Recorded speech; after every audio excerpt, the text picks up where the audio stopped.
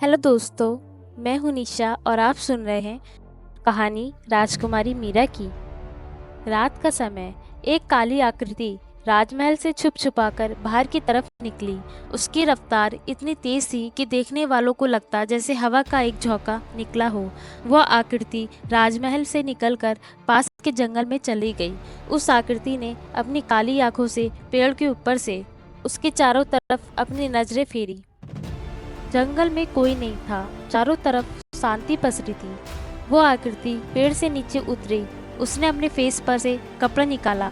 ये आकृति कोई और नहीं, हमारी मीरा थी, जो राजमहल से छुप छुपाकर बाहर निकलकर इस जंगल में आई थी। तभी मीरा ने कुछ कहा। लुक्स, यहाँ तो कोई नदी नजर नहीं आ रही है। नहीं बॉस, मैं गलत नहीं हो सकता, मुझे यहीं से वो एनर्जी फील हुई थी। आप आगे चलकर देखें। जिसे सुन मीरा जल्दी से आगे बढ़ी। कुछ दूर और जाने के बाद मीरा को झाड़ियों में एक छोटी सी जगह दिखी जहां से थोड़ा उजाला आ रहा था। मीरा उस झाड़ी की तरफ चल दी। उसने सावधानी से झाड़ियों को अलग किया। इन झाड़ियों के बीच में एक छोटा सा रास्ता बना हुआ था जो नीचे की तरफ जा रहा था। मीरा ने उस रास्ते को ध्यान से देखा और जमीन पर अपने कान लगाकर कुछ सुनने की कोशिश करने लगी। नीचे बहते पानी की आवाज आ रही थी, जिसे सुन मीरा की आंखों में चमक आ गई। लुक्स, मिल गई, पानी की नदी। वो यहीं इस रास्ते के अंदर है, जिसकी आवाज मैं सुन पा रही हूँ। बॉस, जल्दी से अंदर जाइए। मुझे अंदर से एक बहुत मजबूत शक्ति का आभास हो रहा है। जिसे सुन मीरा उस रास्ते से होते हुए नीचे की तरफ कूद गई। एक तेज पानी की आवाज के साथ सीता पानी के एक बड़े झरने में गिरी। पानी से निकलकर मीरा ने चारों तरफ देखा। बाहर से जो रास्ता छोटा लग रहा था, अंदर का माहौल बिल्कुल उलट था। ये एक बहुत बड़ी और सुंदर गुफा थी। ऊपर से बहुत बड़ा साफ पानी का एक झरना नीचे की तरफ जा रहा था, जिसके पानी में इस समय मीरा खड़ी थी। पानी इतना साफ था कि नीचे तैरती मछली मीरा को साफ साफ नजर आ रही थी। गुफा को चारों तरफ से सुंदर फूलों ने घेरा हुआ था। बीच बीच में कुछ सुंदर फूलों की लंबी बेलें चारों तरफ फैली हुई थी। मीरा तो अपने सामने के नज़ारे को देखकर मंत्रमुग्ध हो गई थी। उसे ये जगह स्वर्ग से कम नहीं लग रही थी। यहाँ इतना सुकून और शांति थी कि अगर एक बार कोई यहाँ आ जाए तो कहीं और जाने का मन न करे। तभी लुक्स की आवाज आई। बॉस, उस तरफ इस झरने के पीछे मुझे एक एनर्जी फील हो रही है। जिसे सुन मीरा बहते पानी के झरने को देखती है, लेकिन यहाँ तो कुछ नजर ही नहीं आ रहा, कोई रास्ता भी नहीं दिख रहा। बॉस, रास्ता है, उस दीवार की तरफ एक दरार बनी है। जिसे सुन मीरा उस दीवार की तरफ चली गई। ये बहुत पतली सी दरार थी। मीरा ने कहा, तुम्हें लगता है मैं यहाँ से निकल पाऊंगी? क्या तुमने मुझे चींटी समझ के रखा है जो मैं इस दरार से निकल सकती हूँ? मीरा ने एक झुंझुलाहट के साथ कहा। बॉस, ज्यादा मत सोचो और अपना हाथ आगे इस दरार पर रखो। जिसे सुन मीरा अपना हाथ आगे कर उस दरार पर रख देती है। तभी एक तेज रोशनी के साथ मीरा वहां से गायब हो गई। वहां से गायब हो मीरा एक नई जगह पहुंच गई। उस जगह को देख मीरा एक बार फिर हैरान हो गई। एक छोटी सी गुफा के अंदर इतने राज उसने कभी नहीं देखे थे। मीरा ने अपनी नजरें चारों तरफ की और उस जगह को ध्यान से देखने लगी। ये जगह बाहर देखे हुए नज़ारे से बिल्कुल अलग थी। जहाँ बाहर सुंदर हरियाली और फूल पत्तों से भरा वातावरण था, यहाँ ऐसा कुछ नहीं था। ये जगह पूरी रंग बिरंगी रोशनियों से भरी हुई थी। यहाँ की जमीन भी इंद्रधनुष के रंगों के समान रंग बिरंगी थी। आसमान से गिनती सुनहरी रोशनी इस नज़ारे में चार चांद लगा रही थी। जब वो सुनहरी धूल मीरा के शरीर से छूकर गई तो मीरा को अपने शरीर में एक ऊर्जा महसूस हुई। ऐसी ऊर्जा उसे कभी महसूस नहीं हुई थी। उसने अपना हाथ बढ़ाकर उस रोशनी को छुआ तो उसके हाथों में एक ऊर्जा समा गई। इस ऊर्जा के संपर्क में आने से मीरा का पूरा शरीर एक सुनहरी रोशनी में चमकने लगा। मीरा अभी इस नज़ारे को देख ही रही थी कि तभी उसके पीछे से एक मीठी सी आवाज आई। तुम कौन हो और यहाँ कैसे आई? जिसे सुन मीरा जल्दी से पीछे पलटी, पर वहाँ कोई नहीं था। उसने आसपास अपनी नजरें फेरी। तभी वही आवाज एक बार फिर आई। यहाँ वहाँ क्या देख रही हो? नीचे देखो, क्या तुम इंसान अंधे होते हो जो तुम्हें इतना बड़ा जीव नजर नहीं आता? उस आवाज के कहने पर मीरा ने अपना सर नीचे आवाज की दिशा में देखा। वह एक बहुत छोटा सा जीव था। मीरा ने और ध्यान से उसे देखने की कोशिश की, तब उसे वह जीव साफ दिखाई दिया, जिसका चेहरा तो इंसान जैसा लग रहा था, पर उसके कानों का आकार बहुत बड़ा था, जो उसके कमर तक के शरीर को कवर कर रहे थे, जिससे उसका आधा शरीर नजर आ रहा था। बाकी नीचे एक हिस्से को सुनहरी रोशनी ने घेर रखा था, के हाथ भी उसी सुनहरी रोशनी से घिरे हुए थे। मीरा अपने घुटनों के बल बैठे इस अजीब से दिखने वाले क्रिएचर को बड़े ध्यान से देखने लगी।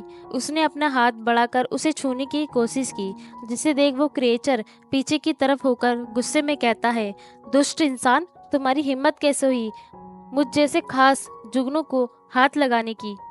जिसे सुन मीरा ने अपने हाथ को रोक लिया और उस क्रिएचर की तरफ अपनी चमकती आंखों से देखने लगी। मीरा इस समय वह मासूम बच्चा लग रही थी, जिसे कोई पसंदीदा चीज मिलने पर वो उसके प्रति आज्ञाकारी हो जाता है। उसने अपनी उत्सुकता भरी आवाज में पूछा, तुम्हारा नाम क्या है? क्या तुम यहाँ रहते हो?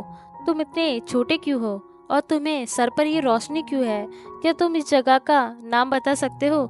मीरा ने अपनी उत्सुकता को ना छुपाते हुए उस क्रिएचर से एक साथ बहुत सारे सवाल पूछ लिए। वही उस क्रिएचर ने अपना चेहरा दूसरी तरफ करते हुए कहा, मैं क्यों तुम्हें अपने बारे में बताऊं? मैं तुम जैसे नीचे इंसानों से बात नहीं करता। तुम अभी के अभी मेरे घर से निकल जाओ, नहीं तो मैं तुम्हें यही मार दूंगा, समझी तुम? इतना कहते हुए उसने अपने हाथों से सुनहरी रोशनी मीरा की तरफ भेजी, पर उस रोशनी का मीरा पर कोई असर नहीं हुआ, जिससे वो क्रिएचर भी थोड़ा हैरान हुआ। वो हैरानी से मीरा को देखने लगा। वही मीरा, जो उस क्रिएचर के बारे में जानने के लिए उत्सुक थी, उसकी ऐसी बातें सुन और अपने ऊपर उस क्रिएचर द्वारा हमला करते देख मीरा की सारी सॉफ्टनेस गायब हो गई। अब तो मीरा का दिमाग ही ठनक गया। उसने उस क्रिएचर को गुस्से में कानों से पकड़ा, जिसे देख उस क्रिएचर की सारी बहादुरी गायब हो गई। उसने डरते हुए मीरा की आंखों में देखा, जिसे देख उस क्रिएचर की हवा टाइट हो गई। उसने जल्दी से अपना गला साफ करते हुए कहा, मुझे छोड़ दो प्यारी लड़की, मैं अभी तुम्हें अपने बारे में बताता हूँ। मेरा नाम जून है और ये मेरा घर है। इस जगह का कोई नाम नहीं है, पर तुम इसे रोशनी की दुनिया कह सकती हो। यहाँ की हर रोशनी एक खास शक्ति है। अगर तुमने मुझे छोड़ दिया तो मैं तुम्हें इन शक्तियों को पाने का रास्ता भी बता सकता हूँ। इन रोशनी में बहुत सारे अद्भुत शक्तियाँ हैं, जिसके सोर्स तक मैं तुम्हें ले जा सकता हूँ। जून ने ये सारी बातें एक ही सांस में बोल दी थी। उसे अब मीरा से डर लग रहा था। उसकी शक्ति का भी मीरा पर कोई असर नहीं पड़ा, इसलिए उसने डर से अपनी आंखों को अपने बड़े कानों में बंद कर लिया। वो अब अपने मरने का इंतजार करने लगा, लेकिन जब बहुत देर तक कुछ नहीं हुआ तो जून ने अपने कानों को अपनी एक आंख से हटाकर मीरा की तरफ देखा, जो उसे एक मुस्कान के साथ देख रही थी। उसने जून को अपने हाथों में रख लिया और खड़ी होकर आगे लगे बड़े से पेड़ की तरफ बढ़ गई। वही जून ने गिरने के डर से जल्दी से मीरा की सफ़ेद और पतली उंगलियों को कसकर पकड़ लिया। थोड़ी देर में मीरा उस विशाल पेड़ के नीचे खड़ी उस सतरंगी विशाल वृक्ष को देख रही थी। तो तुम कहना चाहते हो कि इस पूरी जगह की पावर का सोर्स ये पेड़ है? जून ने जल्दी से अपना सिर हिलाया। हाँ, तुम यहाँ से ही पावर ले सकती हो, पर तुम्हें बस एक ही शक्ति मिलेगी। मुझे भी एक ही शक्ति मिली थी। तभी मीरा के माइंड में लुक्स की आवाज आई, बॉस, आपको यहीं से ही अपनी शक्ति मिलेगी। आप जाकर इस पेड़ के सेंटर में बैठकर ध्यान लगाए। ये वृक्ष खुद आपको आपकी क्षमता के अनुसार शक्ति देगा। जिसे सुन मीरा जून को नीचे उतारकर उस विशाल वृक्ष के सेंटर में जाकर अपनी आंखें बंद कर ध्यान की मुद्रा में बैठ गई। कुछ समय बाद उस पेड़ की 7 बेलें मीरा को चारों तरफ से घेर लेती है।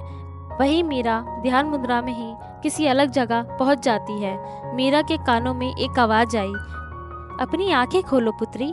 जिसे सुन मीरा जल्दी से अपनी आंखें खोलती है।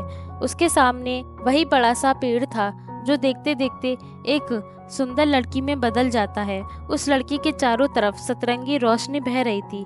वो एक मुस्कान के साथ मीरा को देख रही थी। आखिर तुम आ ही गई। मेरा वर्षों का इंतजार आज खत्म हुआ, उसने मीरा को देखते हुए कहा। जिसे सुन मीरा ने असमंजस में उस लड़की से पूछा, क्या आप मुझे जानती हैं और आप मेरा इंतजार क्यों कर रही थी? जिसे सुन वो लड़की मीरा से कहती है, मैं पिछले 5000 वर्ष से इस जगह के सही मालिक का इंतजार कर रही हूँ। आज मेरे वर्षों की प्रतीक्षा पूरी हुई। जिसे सुन मीरा जल्दी से कहती है, तो आप कहना चाहते हैं कि आप मेरा 5000 वर्ष से इंतजार कर रही हैं, और आप मेरा इंतजार क्यों कर रही हैं? मीरा ने एक गहरी नज़र से अपने सामने उड़ रही उस लड़की से पूछा, जिसे देख उस लड़की ने मुस्कुराते हुए कहा, मेरा नाम सारंगी वृक्ष है। मैं इस 7 रंगों की दुनिया की गार्डियन हूँ। मुझे इस जगह से तब तक मुक्ति नहीं मिल सकती जब तक मैं एक सही और सच्चे दिल का मालिक इस जगह की शक्तियों को ढूंढ कर ना दूँ। और आज इन शक्तियों ने तुम्हें अपना मालिक चुना है, इसलिए मैं तुम्हें इस जगह की शक्तियाँ देने आई हूँ। इतना कह वह लड़की मीरा की तरफ बढ़ी और मीरा के माथे के बीच में अपनी एक शाखा रखी, जिससे 7 रंगों की एक रोशनी मीरा के सर में समा गई। मीरा के कानों में एक तेज आवाज आई, जिसे सुन मीरा ने अपनी आंखें खोली। उसने अपने आसपास देखने की कोशिश की। कुछ समय के धुंधलापन के बाद उसे साफ साफ दिखाई देने लगा। उसकी नजर तारों से भरे आसमान पर गई।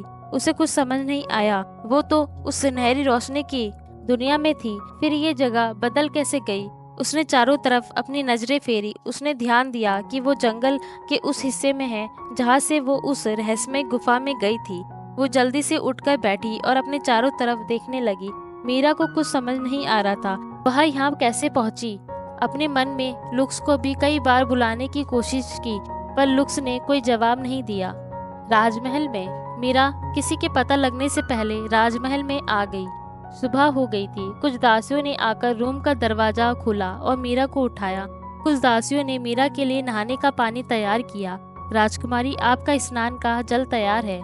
जिसे सुन मीरा ने सभी को उसके कमरे से जाने का आदेश दिया। जिसे सुन एक दासी ने आगे आते हुए कहा, राजकुमारी, हम आपको अकेला कैसे छोड़ सकते हैं? हमें आपको तैयार करने का कार्य मिला है। मीरा ने एक नजर उठाकर सामने खड़ी दासी को देखा, जो एक अकड़ के साथ मीरा को आदेश दे रही थी। यहाँ के सभी दास दासियाँ मीरा की इतनी इज्जत नहीं करते थे। कुछ तो ऐसे भी थे जो मीरा का एक भी आदेश नहीं मानते। उनमें से एक सामने खड़ी दासी थी, जो मीरा के डरपोक होने का पूरा फायदा उठाती थी। वो मीरा के एक राजकुमारी होने के बाद भी उसका अपमान करती। उसे पता था कि मीरा किसी से कुछ नहीं कह पाती, जिसका फायदा यहाँ के सारे लोग मीरा को परेशान करके उठाते थे। मीरा ने एक बार फिर कहा, सभी बाहर जाओ, लेकिन किसी ने भी मीरा की बात नहीं सुनी। तभी उस दासी ने आगे आते हुए कहा, हमें राजकुमारी श्रद्धा ने आदेश दिया है कि आप दिमागी रूप से बीमार हैं, इसलिए हम आपका ख्याल रखें और आपके बातों पर ध्यान ना दें। अभी दासी अपनी बात पूरी कर पाती, तभी उस दासी की एक दर्दनाक चीख पूरे कमरे में गूंज गई। जिसे सुन सारी दासियों ने मीरा की तरफ देखा, जिसने उस दासी को उठाकर सामने की दीवार पर दे मारा, जिसे उस दासी के सर से खून निकलकर उसके पूरे चेहरे पर आ गया। वो दर्द से बिलख उठी। तभी उसने सामने से आती मीरा को देखा, जो गुस्से में उस दासी की तरफ आ रही थी। जिसे देख दासी डर से चिल्ला उठी। मीरा ने उस दासी के बाजू से पकड़ा और एक जोरदार थप्पड़ गालों पे मारा। अब तो उस दासी की हालत बोलने लायक भी नहीं रही। वो मीरा के पैरों में गिरकर उससे माफी मांगने लगी। राजकुमारी, कृपा मुझे मेरी गलती के लिए क्षमा कर दे। इसे मेरी आखिरी गलती समझ माफ कर दे। मैं अपना स्थान भूल गई थी। वही बाकी खड़ी सभी दासियां तो अपने सामने के नज़ारे को देखकर डर से कांप रही थी। उन्हें समझ नहीं आ रहा था कि जो मीरा आज तक हमसे चुप और डर के रहती थी, जो किसी के सवाल का उल्टा जवाब भी नहीं दे पाती थी, वह आज एक दासी की उसकी बात न मानने पर उसे इस तरह से दंड देगी। आज उसका ऐसा रूप देखकर सबकी रूह तक कांप गई। सारी दासियां जल्दी से अपने घुटनों के बल बैठ गई। किसी की भी हिम्मत नहीं हो रही थी कि वह अपनी आंखें उठाकर मीरा को देख सके। वही मीरा जो पहले ही कल रात हुई घटना को लेकर परेशान थी, वह आज एक दासी के इस तरह उससे जुबान लड़ाने पर मीरा का दिमाग और खराब हो गया। उसे पता था कि अगर आज इन लोगों को उसने सबक नहीं सिखाया तो ये लोग आगे चलकर उसके लिए परेशानी ही खड़ी करेंगे। इन लोगों को यह बताना जरूरी था कि वो कमजोर नहीं है और उन्हें अपने मालिक के साथ कैसे रहना चाहिए। तभी सबके कानों में एक खतरनाक आवाज आई, जिसे सुन सब डर से कांपने लगे। अगर आज से किसी ने मुझसे जुबान लड़ाने या मेरे आदेशों का उल्लंघन करने की कोशिश की तो मैं उसे यहीं इस राजमहल में जिंदा गाड़ दूंगी। समझे तुम लोग मेरे सेवक हो और अगर मेरे अलावा तुमने किसी और के आदेशों का पालन किया तो तुम्हारी भी हालत ऐसी ही होगी, समझे। जिसे सुन सारी दासियों ने जल्दी से जी राजकुमारी कहा, जाओ यहाँ से। जिसे सुन सभी दासियां जल्दी से उस घायल दासी को उठाकर वहां से निकल गई। उन्हें आज मीरा से बहुत डर लगने लगा था। सबके जाने के बाद मीरा ने एक गहरी सांस ली।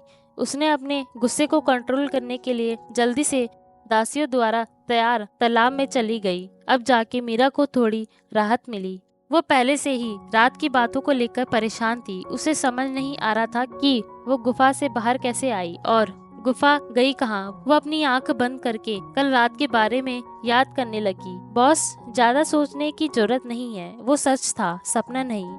लुक्स ने मीरा के दिमाग में चल रहे हजारों सवालों को अपने एक जवाब से शांत कर दिया। वही लुक्स की आवाज सुन मीरा ने जल्दी से अपनी आंखें खोली और कहा, कहाँ मर गए थे तुम बेवकूफ? कल रात से मेरी बातों का कोई जवाब क्यों नहीं दे रहे थे? जिसे सुन लुक्स ने कहा, ये सब आपकी गलती है। अब आपका शरीर इतना कमजोर है कि आप इतनी सारी शक्तियों को एक साथ संभाल नहीं पाए, जिस वजह से मुझे उन शक्तियों को आपके शरीर में कंट्रोल करने के लिए सारी ऊर्जा का प्रयोग करना पड़ा, जिस वजह से मैं भी गहरी नींद में चला गया। क्या कहा तुमने? मेरा शरीर? तुम बिना शरीर की भटकती आत्मा, तुमने मुझे ये कमजोर शरीर दिया। इस अबला नारी के शरीर में तुमने मेरी आत्मा डाली। मीरा ने गुस्से में लाल होते हुए लुक्स पर बरसते हुए कहा। जिसे सुन लुक्स सकपका गया। उसने जल्दी से बात को बदलते हुए कहा, बॉस, ये सब भूल जाओ। अब आपके पास भी बहुत सारी शक्तियां हैं और आप पहले ऐसे इंसान हो जिसे एक साथ 7 शक्तियां प्राप्त हुई है। क्या आप अपनी शक्तियों के बारे में नहीं जानना चाहती? जिसे सुन मीरा का गुस्सा कम हो गया। उसने थोड़ा एक्साइटेड होते हुए लुक्स से पूछा, क्या वो सब सच था? मुझे सच में शक्तियाँ मिली हैं? जिसे सुन लुक्स जल्दी से कहता है, तो आपको क्या मैं इतनी रात को भूतों को मिलाने लेकर गया था? हाँ, आपको 7 प्रकार की शक्तियाँ प्राप्त हुई है। आपको जल, पृथ्वी, वायु, अग्नि और आकाश, इन 5 तत्वों की शक्तियों के साथ साथ टेलीपोर्टेशन और किसी भी जीवित जीव की यादों को देखने की शक्ति प्राप्त हुई है। इतनी सारी शक्तियों के बारे में सुन मीरा का तो सर ही चकरा गया। हेलो दोस्तों, आप लोगों को ये स्टोरी कैसी लग रही है कमेंट करके ज़रूर बताएं। मैं अभी थोड़े छोटे एपिसोड ही अपलोड कर सकती हूँ क्योंकि मेरा गला थोड़ा सा ख़राब है, लेकिन मेरी हेल्थ सही होने के बाद मैं आपके साथ रेगुलर और बड़े एपिसोड लाऊंगी। बाकी की जो स्टोरी मेरी चल रही है उसके भी रेगुलर एपिसोड आएंगे, लेकिन आप लोग अब कमेंट नहीं कर रहे हैं। प्लीज़ मेरी वीडियोस को लाइक और कमेंट ज़रूर करिए और अपने दोस्तों और फैमिली के साथ शेयर ज़रूर करिए।